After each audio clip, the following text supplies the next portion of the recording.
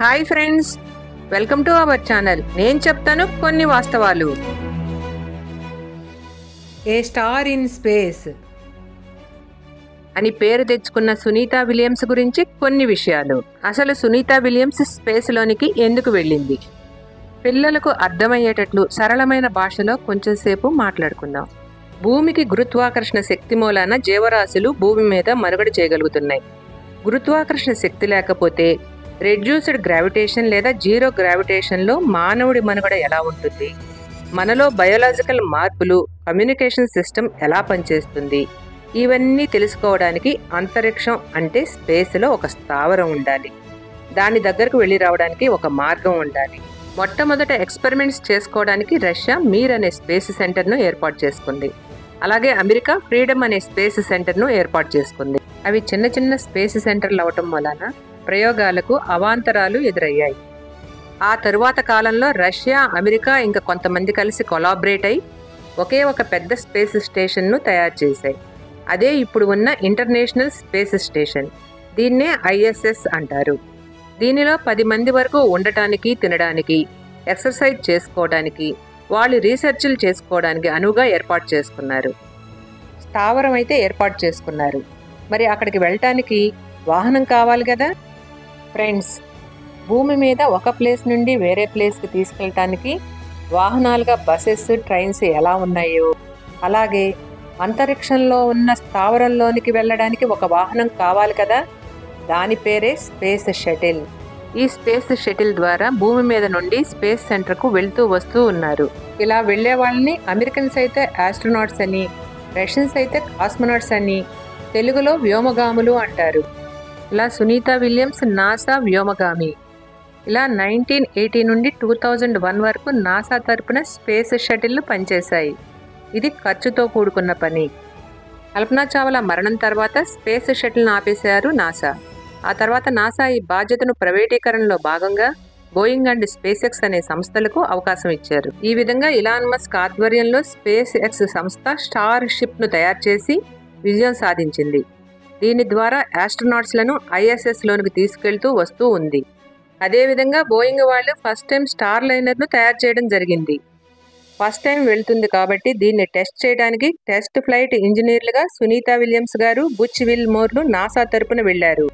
వెళ్లేటప్పుడు స్టార్ లైనర్కు కావాల్సిన టెస్టులు చేసుకుంటూ వెళ్లారు. సక్సెస్గా వెళ్లి మిగతా 7గురిని కలిశారు. జూన్ 5 బయలుదేరి జూన్ 13కు రావాలి. అయితే ఇక్కడే చిన్న ప్రాబ్లం ఎదురయ్యింది. వారు తిరిగి రావడానికి స్పేస్ లైనర్లో ఉన్న థ్రస్టర్స్ ఫెయిల్ అవడం గమనించారు. దీనివలన వారి తిరుగు ప్రయాణం లేట్ అయ్యింది.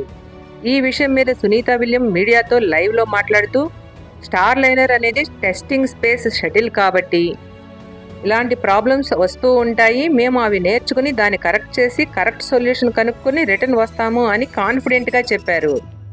సో ఫ్రెండ్స్, సునీతా విలియమ్స్ సేఫ్గానే ఇంటర్నేషనల్ స్పేస్ సెంటర్లో ఉన్నారు. ఇంత చేసిన సునీతా విలియమ్స్ గురించి ఒక చిన్న ఇంట్రడక్షన్. సునీత అమెరికాలోని ఒహాయో రాష్ట్రంలో జన్మించారు. తండ్రి దీపక్ పాండ్యా గుజరాతీ, అంటే మన ఇండియాకు చెందినవారు. తల్లి బోనీ జలోకర్, స్లోవేకియా దేశస్థురాలు. దీపక్ పాండ్యా గారికి 3 పిల్లల్లో సునీత చివరమ్మాయి. ఆమె అమెరికాలోని నేవల్ అకాడమీలో ఫిజిక్స్ డిగ్రీ చేసి ఫ్లోరిడా ఇన్స్టిట్యూట్ ఆఫ్ టెక్నాలజీ నుంచి ఇంజనీరింగ్ మేనేజ్మెంట్లో మాస్టర్స్ పూర్తి చేసి తండ్రి సలహాతో నేవీలో బేసిక్ డైవింగ్ ఆఫీసర్గా చేరారు. ఇకపోతే 1983లో విలియమ్స్ మేరీల్యాండ్లో నేవల్ అకాడమీలో ప్రవేశించారు. సునీత 1987లో నేవల్ ఏవియేషన్ ట్రైనింగ్ కమాండ్ వద్ద ఏవియేటర్ శిక్షణ పొంది తరువాత జూలై 1989లో ఆమె యుద్ధ హెలికాప్టర్ శిక్షణను పూర్తి చేశారు. నేవల్ ఏవియేటర్గా హెలికాప్టర్ కంబాట్ సపోర్ట్ స్క్వాడ్రన్ నేతృత్వంలో యుద్ధ విమానాలు నడపడంలో శిక్షణ పొందారు. 30 సంవత్సరాల తన వృత్తిలో వివిధ ఎయిర్ క్రాఫ్ట్లపై 2770 గంటల ఫ్లై అనుభవం గడించారు. ఆ తర్వాత ఆమెను నాసా యాస్ట్రోనాట్గా అంటే వ్యోమగామిగా ఎంపిక చేసి 1998లో అంతరిక్షయానంలో శిక్షణ ఇచ్చింది. కల్పనా చావ్లా అంతరిక్షంలోనికి వెళ్లిన మొదటి మహిళ కాగా సునీత 2వ మహిళ. మొదటిసారిగా అంతరిక్షంలోనికి 2006 డిసెంబర్న వెళ్లి 2007 జూన్ వరకు ఉన్నారు.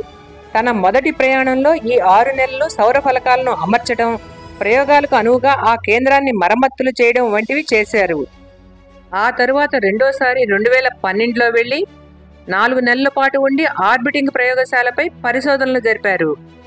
అంతరిక్షంలో గడిపిన 322 రోజుల్లో ఒక్క రోజు కూడా ఆమె వ్యాయామం మానలేదు. సునీత స్పేస్లోనే కాదు, సముద్ర గర్భంలోనూ పరిశోధనలు చేశారు.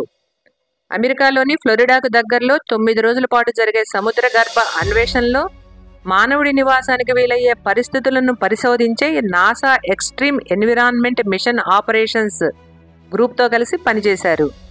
ఇన్ని సేవలు చేశారు కదా. సునీత చేసిన సేవలకు గుర్తింపుగా 2008లో భారత ప్రభుత్వం పద్మభూషణ్ పురస్కారాన్ని ప్రకటించింది.